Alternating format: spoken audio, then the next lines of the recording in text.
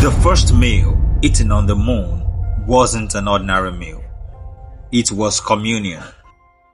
Many Christians have shared the Lord's Supper in churches, homes, hospitals, prisons, and even on battlefields.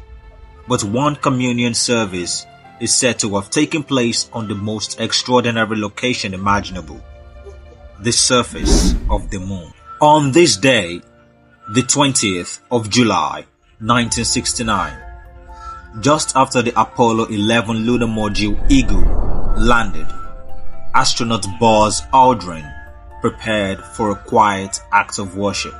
Aldrin wasn't only an astronaut, he was also an elder at Webster Presbyterian Church near Houston. Before the mission, he received permission from his church to celebrate communion on the moon. He carried with him a small chalice, a piece of bread, and a tiny container of wine, hoping to observe the sacrament at nearly the same time as his home congregation. Before stepping on the lunar surface, Aldrin spoke over the radio. "I would like to request a few moments of silence. I invite each person listening, wherever they may be, to contemplate the events of the past few hours and give thanks in their own way." That's what Aldrin said. You see, NASA had asked him not to announce that it was taking communion or to read scripture over the live broadcast.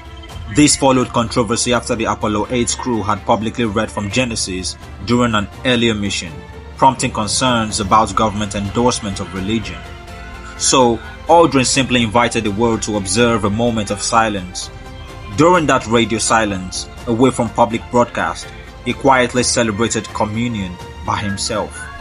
He poured the wine into the small chalice and later reflected that, in the moon's 1/6 gravity, it slowly curled up the side of the cup. He wrote that the first liquid ever poured on the moon and the first food ever eaten there were the communion elements. The scripture he read was John 15:5, which says, "I am the vine, you are the branches. Whoever remains in me and I in him will bear much fruit, for apart from me you can do nothing." Today, Webster Presbyterian Church still commemorates this remarkable moment each year as Lunar Communion Sunday, preserving the chalice Aldrin used as a reminder that, according to this historical account, one believer paused on the moon to give thanks to God.